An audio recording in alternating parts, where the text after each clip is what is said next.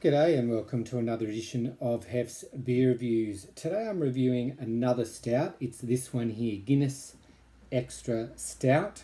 This is the Australian version, which comes in this 750ml bottle. 6% is the ABV, so 3.6 standard drinks.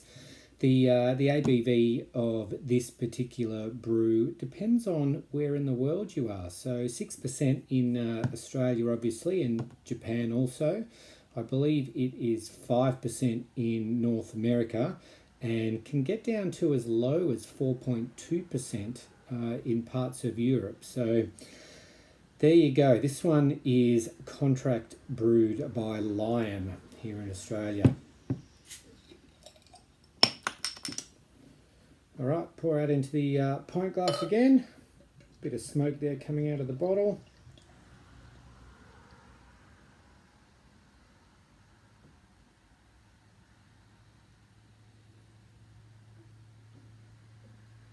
All right, there we go.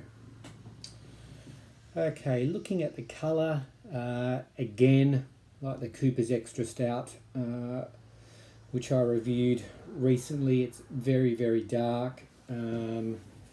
Just trying to get a good view with a little bit of light. Maybe just a touch of light getting through down the bottom, but very, very dark indeed. We've got a finger of tan head aroma. Dark roasted malts. Dark chocolate. And some coffee. Looks great, smells great. Let's get into it. Cheers.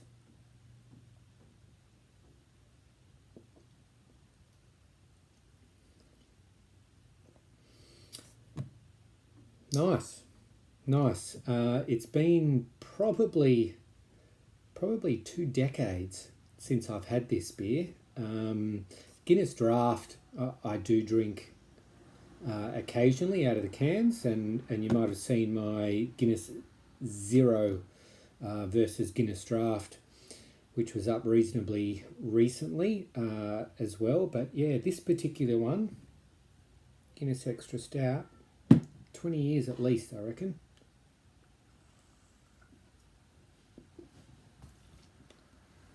A lot more body than Guinness Draft.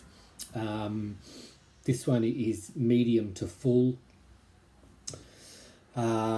It's a dry finish. There's a medium amount of bitterness. I think it's around, I'm not sure, but I think it's around the 40 IBU mark.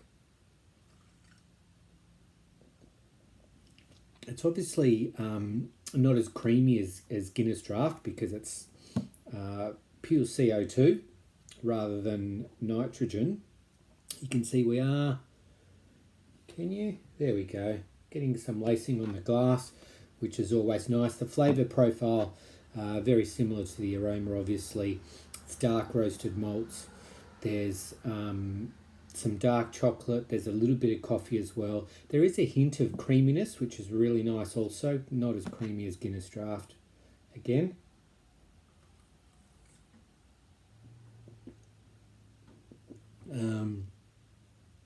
I'm also, there's just a little hint just at the back of that. Yeah, it's very, very subtle. In Guinness Draft, there is just even in Guinness Draft, it's reasonably subtle, but there's a little bit of kind of sourness to the beer.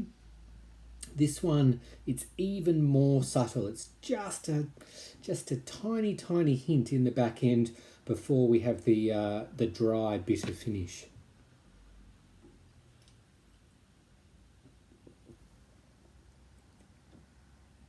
That's a really, really nice example of a dry Irish stout.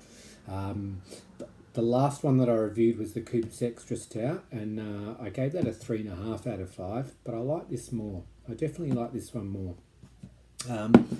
Sessionability, yeah, again at 6%. You could have a few, definitely. This one, much more so than Guinness Draft.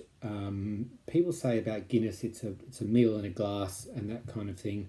I really don't find that to be true with the Guinness Draft. It's deceptively light in terms of body. This one is a lot more full-bodied, as I said earlier on. So that might limit your ability to session it. Price point, from memory, was about $10 for the 750ml bottle. Not great, obviously. Not terrible, though, I suppose. One more sip and we will wrap it up and give it a score.